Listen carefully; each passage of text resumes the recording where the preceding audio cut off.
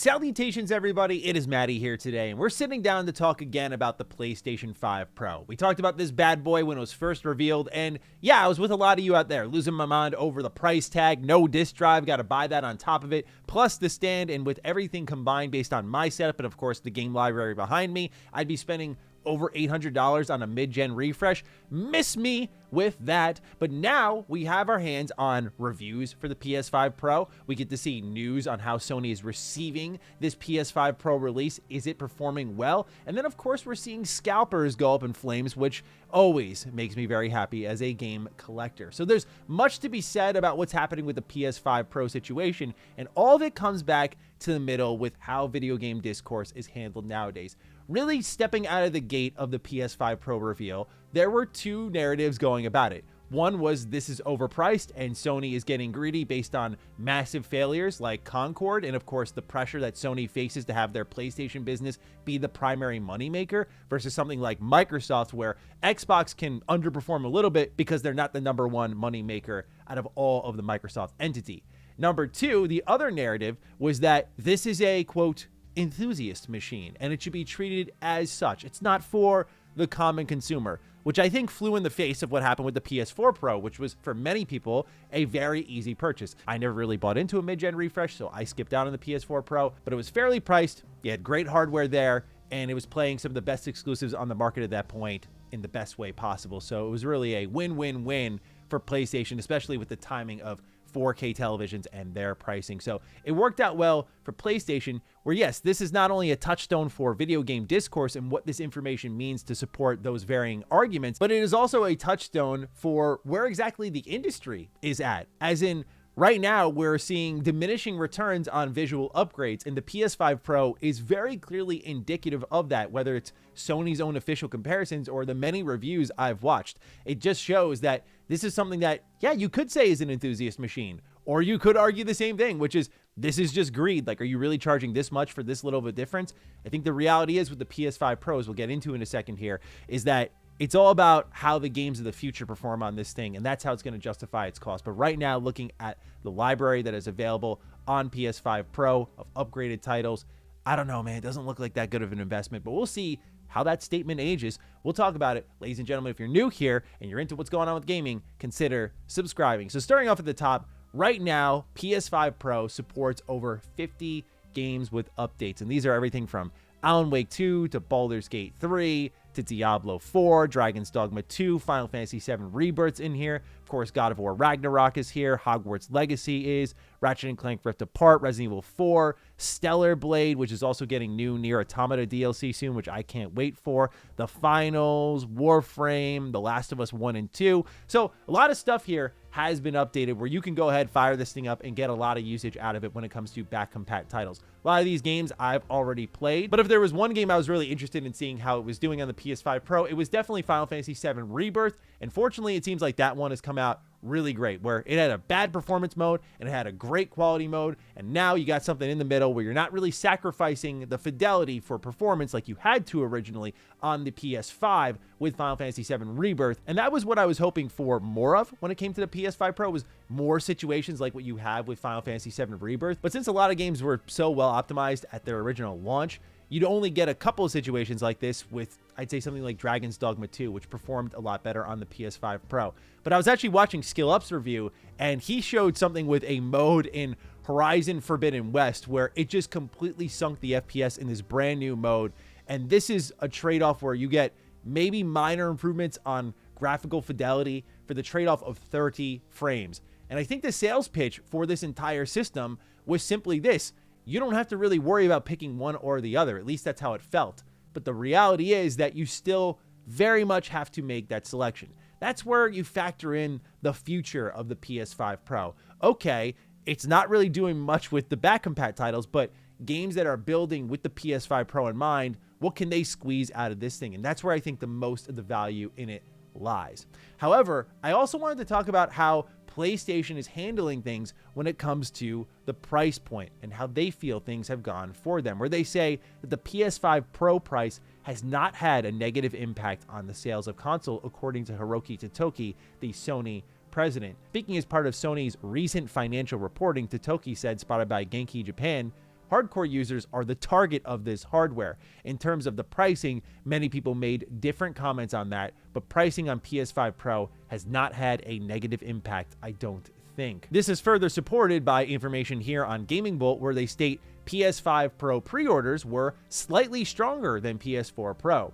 Speaking during Sony's recent quarterly financial briefing, President, CFO, and CEO Hiroki Totoki revealed that the PS5 Pro's pre-orders have actually been slightly stronger than what the PS5 Pro managed prior to its release at the same period. So you hear that and you're probably like, well, what's the problem, Maddie? Like, okay, what we have here is a situation where the PS5 Pro is overperforming compared to the PS4 Pro, and it's shoving it in the face of haters.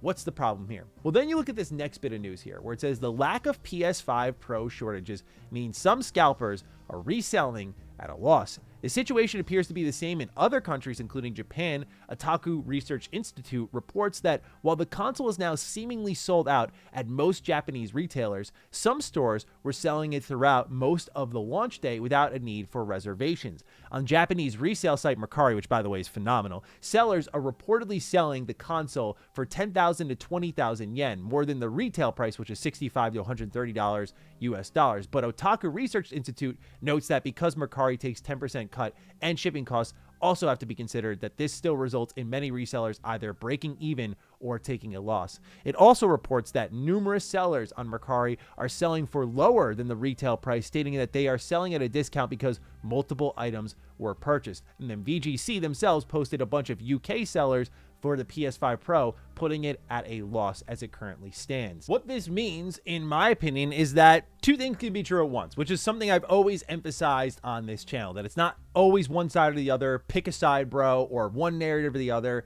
It's that multiple things can be true at once. What it seems like we have here is a situation where the PS5 Pro is enjoying nice early sales, at least compared to the PS4 Pro, which was considered a success.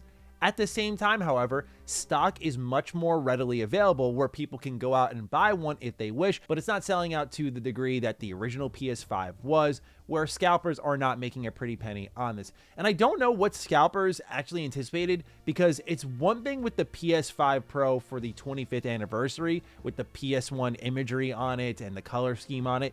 That is something you buy and resell and try to make a lot of money on, that people would pay a premium for because it's a collector's item. But I'm not sure exactly what scalpers expected by buying this thing and thinking it was going to sell out tremendously. I just feel like that's a complete lacking of market awareness, because as I said, when this whole thing was first revealed, it is proven to be true, which is that PlayStation has that built-in die-hard ecosystem, kind of like Apple, where once you're in, you're probably not leaving. And I think one good example that will sound very offshoot but will make sense in a second is actually Call of Duty. Right now, early numbers are showing that Call of Duty Black Ops 6 is up on all platforms on player base, but that there has been a massive increase year over year on purchases across Steam and PlayStation for Black Ops 6. This is all happening while Call of Duty Black Ops 6 is day one in Game Pass on Xbox's side of thing. And Xbox, by the way, has had for multiple generations now the term attached to their box, which is shooter box. This is not to say that Xbox is a pure failure or that Call of Duty is failing on their platform, but what it does say is, despite the price proposition that's been put into place here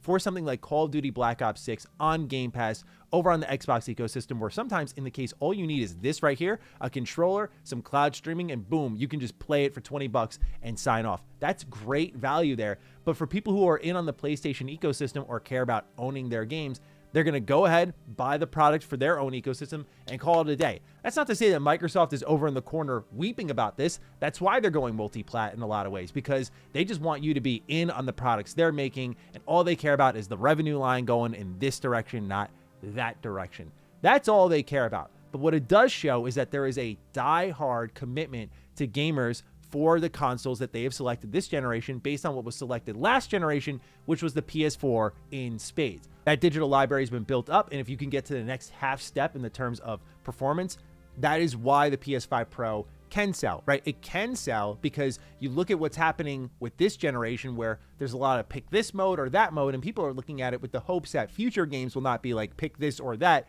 but just pick this thing that combines them together, fidelity and strong performance. Right now, though, looking at the samples that we've seen for the many games that are supporting PS5 Pro, and it seems like there is a good batch there, but otherwise that it is not as excellent as people had hoped for. And I think it's reflected in the reviews. A lot of them were very middle of the road. Like, hey, if you got the cash to spend, sure, I guess so. But look, man, like, I do this for a living, right? And I don't act like I got a ton of cash to blow, but I do this for a living. I typically like to have the best hardware that I can have at my disposal for like reviews I do. I just think I get the most use out of it. It definitely improves the experience, et cetera, et cetera. But I look at those prices and I think to myself, absolutely not. You know, I just can't stomach buying a disk drive and buying they couldn't even include the stand. So it goes to the point I made at the start of this whole video. For me, at least, this is where we're at with video game discourse. I can totally see a world where you look at all the information I proposed to you and said,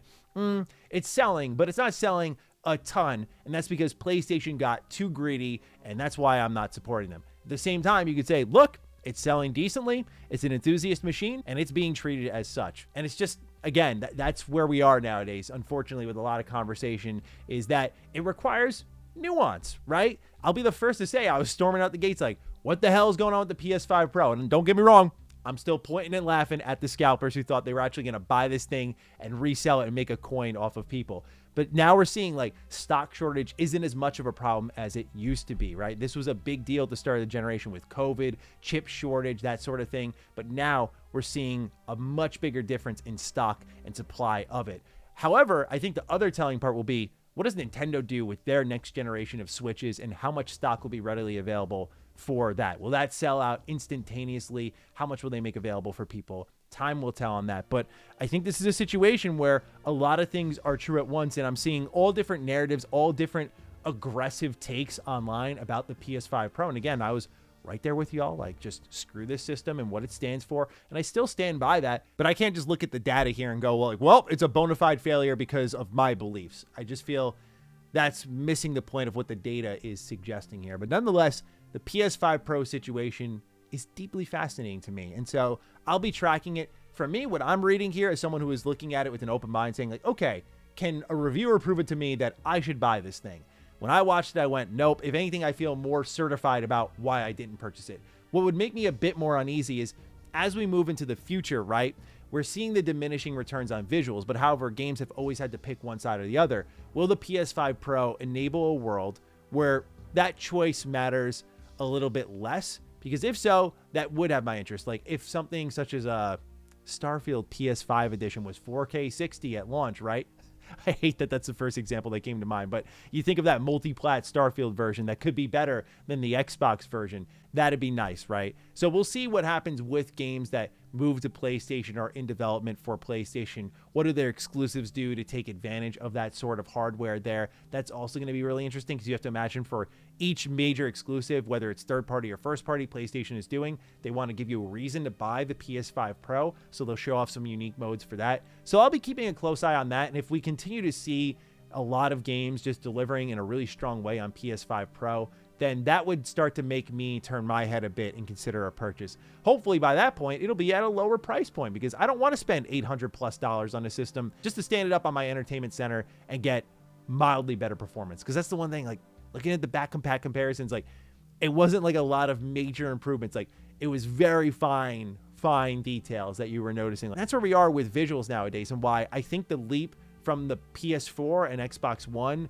into what we're seeing here with the Series X and PS5 was a little underwhelming because, you know, frankly, you have a lot of games that are still making creative choices at the expense of other aspects of the game. Like you're going all in on fidelity with Hellblade 2, or you're going all in on art style with something like Hi-Fi Rush. And it feels like maybe with AI upscaling and some of the tech that we're starting to get packed into these systems, that maybe we'll get to a point where less and less tough choices have to be made, but we'll cross that bridge when we get there. Not too much longer now, a couple of years or so, and we'll be talking about a new generation of systems. But until then, ladies and gentlemen, those are some thoughts on the PS5 Pro. Let me know what yours are down below. Other than that, take excellent care of yourselves, and I will see you in the next video. Stay sexy, stay active. I love you all.